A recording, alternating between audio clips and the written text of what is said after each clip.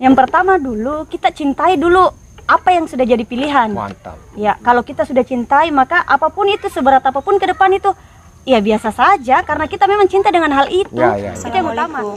Jangan lupa dukung kami di channel Nia Official. Jangan lupa like, comment, dan share.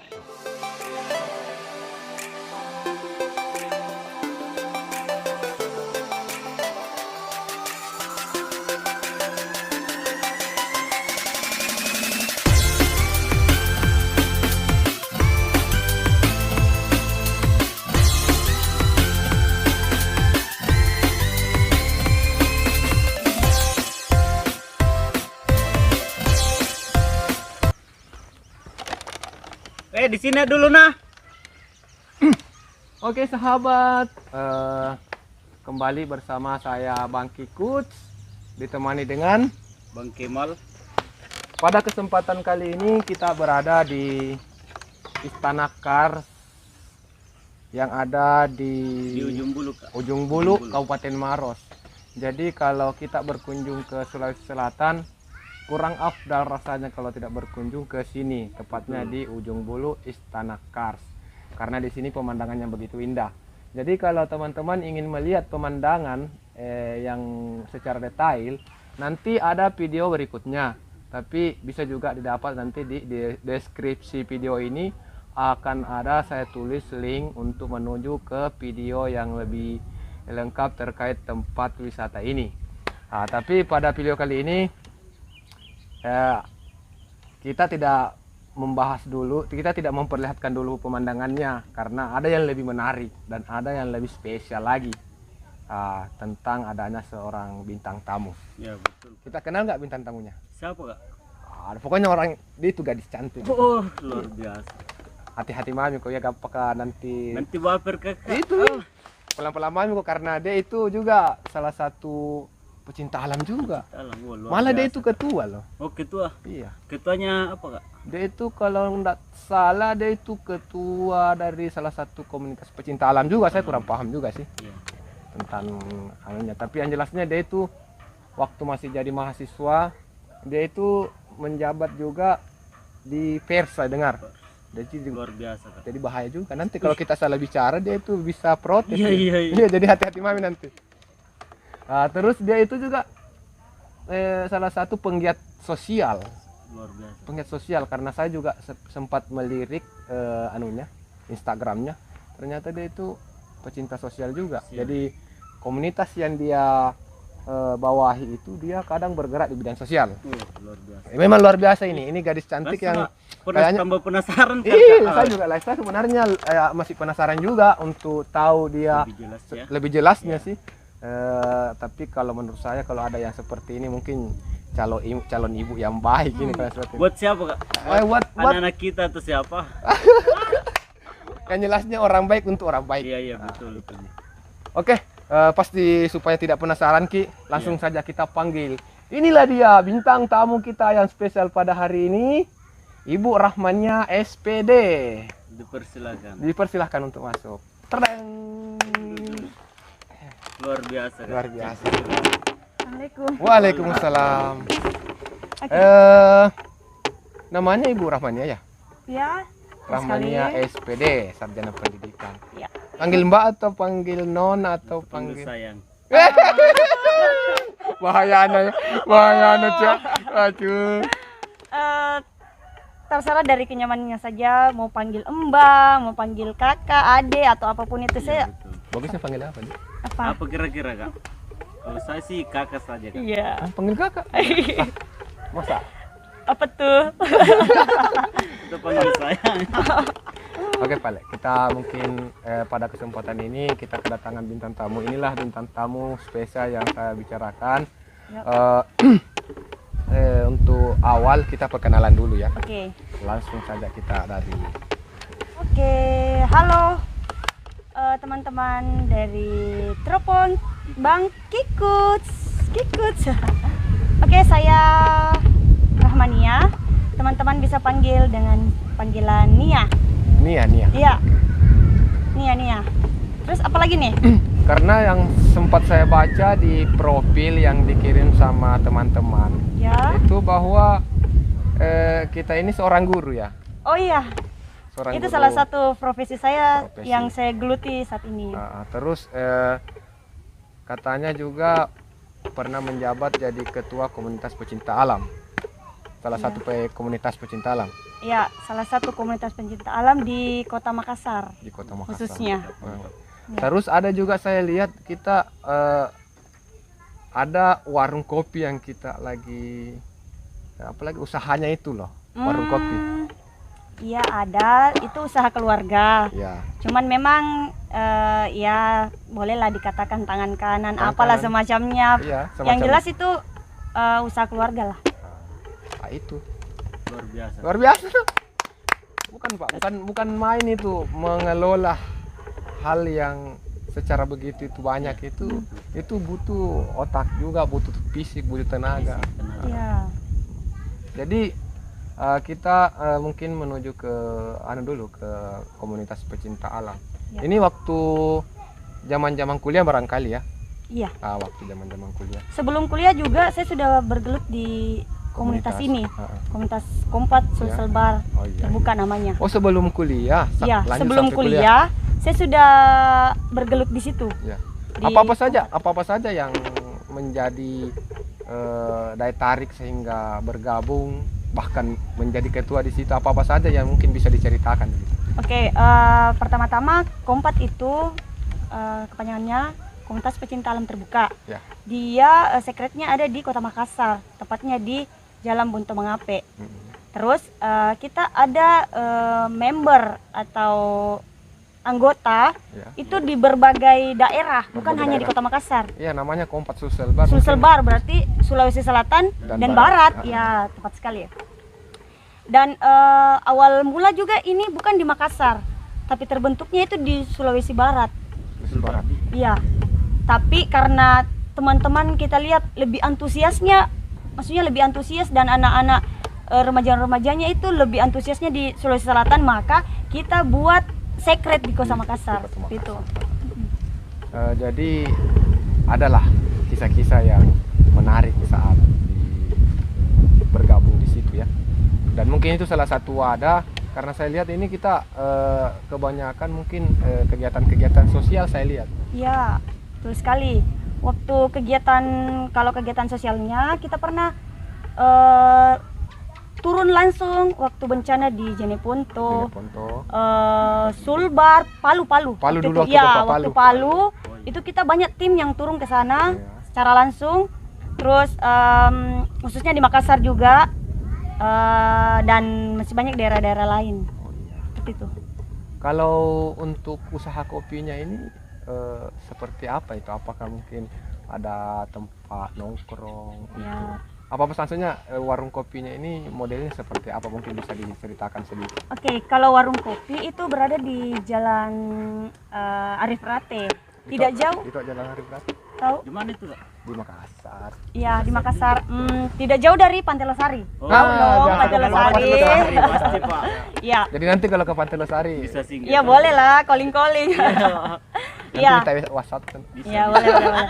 Kalau warung kopinya itu ada di tidak jauh dari Pantai Losari.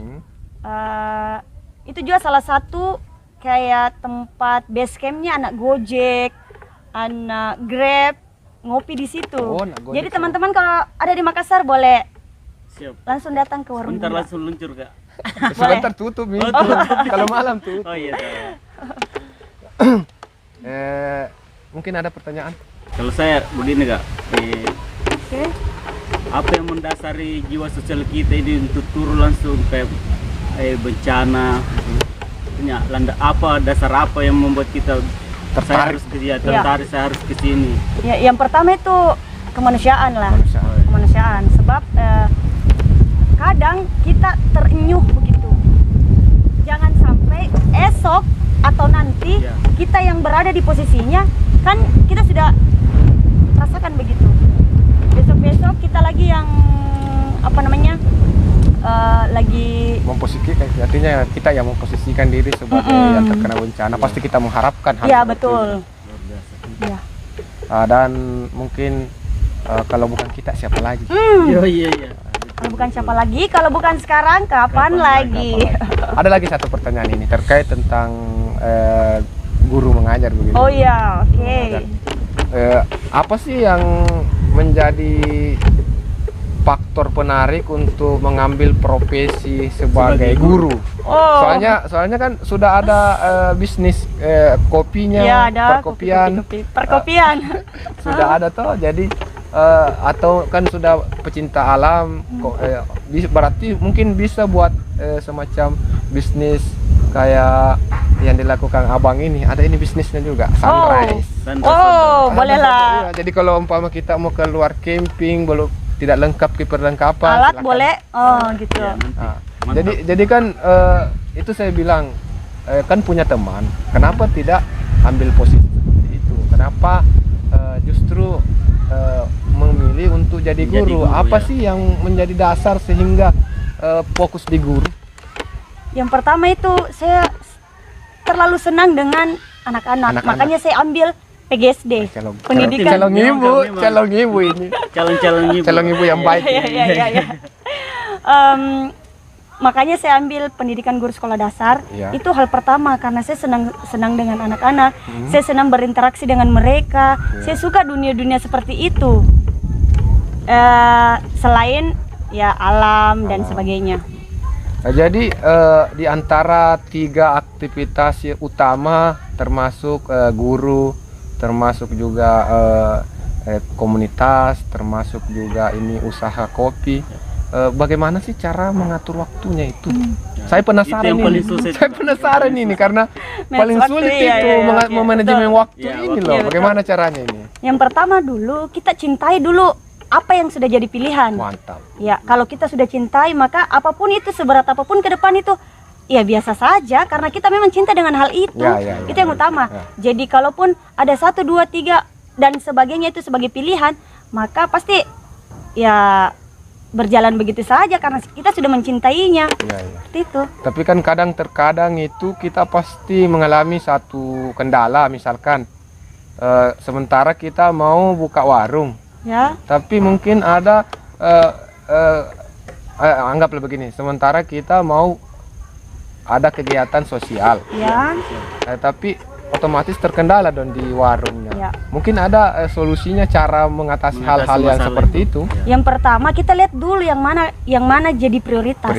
Nah, kalau kita sudah tahu yang mana prioritas, yang mana yang membutuhkan waktu yang saat itu harus deadline, harus betul-betul langsung dikerjakan. Pilih salah satu yang membuat kita itu tahu yang mana yang jadi prioritas dulu untuk saat itu. Jadi untuk yang lain mungkin bisa menyusul atau mungkin bisa diarahkan ke teman mungkin sepupu keluarga yang kelola dulu. Anggaplah salah satunya mungkin. Bisa juga dengan cara begitu. Tapi maksud saya kalau berjalan dengan ketiganya, kita lihat dulu masalahnya apa di salah satu ini. Kalaupun ada salah satu masalah yang terjadi di ketiga ini, maka kita lihat dulu yang mana yang jadi prioritas. Seperti itu. Berarti intinya ini Kak prioritas Kak. Iya. Sama halnya dia yang selalu ke prioritas. Masuk Pak Eko. Maaf. Nanti ada yang cemburu Pak. Jadi berhubung kan saudara Bang Kem ini berbicara masalah cemburu. Ngomong-ngomong Mbak Neng, itu ya, adik kita ini. Tadi Kak, mau saya pertanyakan. Bagusnya kayak pertanyaan kita mau Kita minta.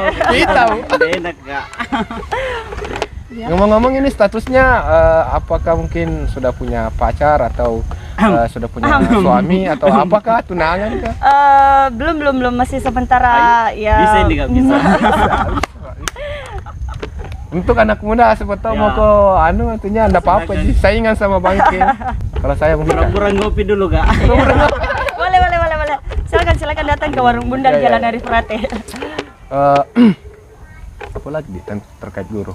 Ya. Kalau berbicara masalah guru, saya dengar sekarang mungkin ada semacam kendala. Ini kan kebanyakan sekarang daring. Oh ya, oke. Daring. Bagaimana sih terkait daring ini, mengajar online ini bagaimana menurut Ibu Guru? Kalau disuruh pilih antara daring dengan tatap muka, ya secara otomatis lebih memilih tatap muka. Tapi kalau bicara tentang daring, ini menurut saya ini sangat menarik. Sangat menarik. Ya, kenapa? Karena guru juga lebih mengeksplor dirinya, membuat video pembelajaran agar anak-anak tidak cenderung monoton, stuck seperti itu. Jadi kita harus buat kreativitas dengan cara membuat video pembelajaran yang menarik. Menarik. Iya. Mungkin itu salah satu teknik ya Teknik. yang dipakai. Karena yang takutnya sekarang anak-anak itu gara-gara sering pakai HP, di HP itu kan kalau apalagi dibilang online itu banyak sekali. Ada video-video yang mungkin tidak masuk akal, yang tidak bisa ditonton oleh anak-anak kecil, atau mungkin ada video-video yang pokoknya tidak ada hubungannya dengan pelajaran. Iya. Itu bagaimana cara supaya ini ada nggak taktiknya sehingga ini anak-anak supaya fokus untuk belajar? Banyak aplikasi-aplikasi pembelajaran. Terus kalau buka YouTube juga ada YouTube Kids, itu banyak sekali pembelajaran di situ.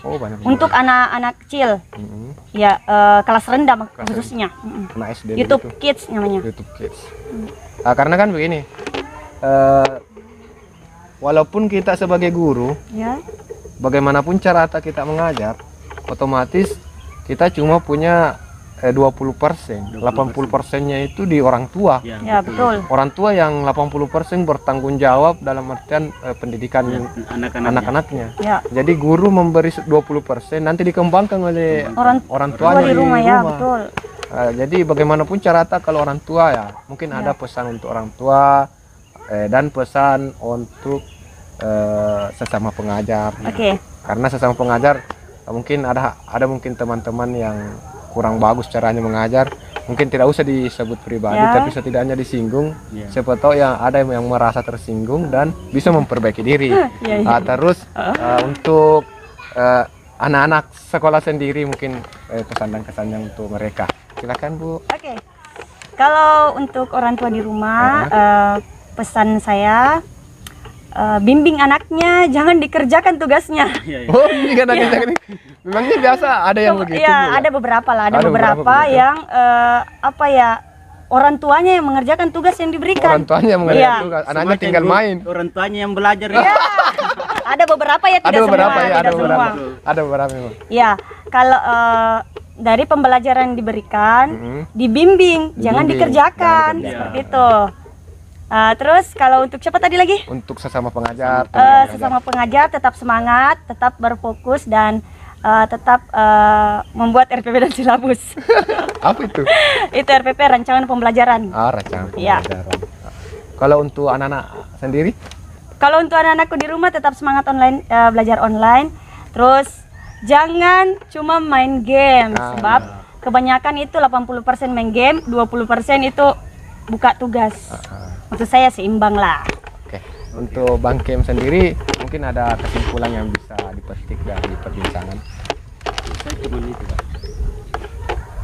Prioritaskan ini. Siapa yang mesti diprioritaskan? Makanya itu yang Anda lakukan. Betul. Kalau mungkin kesimpulan yang saya petik di sini adalah mari kita sama-sama mengatur waktu dan mari kita meraih cita-cita kita, karena tidak ada perjuangan yang sia-sia. Betul. Tidak ada perjuangan yang sia-sia, dan hasil itu usaha itu tidak mengkhianati hasil. Betul. Terus itu juga apapun yang jadi pilihanmu itu pertanggungjawabkan. Dan ya betul, karena biasanya orang memilih ini tapi tidak tanggung jawabnya. Ya betul. Dan susah. Oke, untuk perbincangan kali ini terima kasih atas waktu dan kesempatannya. Langsung dari nih ya, langsung dari Sudiang ini ya. Makassar. Oh, Makassar. Makassar bukan Sudiang? Bukan. Masuk Sudiang dong. Oke, assalamualaikum warahmatullahi wabarakatuh. Jangan lupa like, comment, and subscribe channel Teropong Kikut. Dah.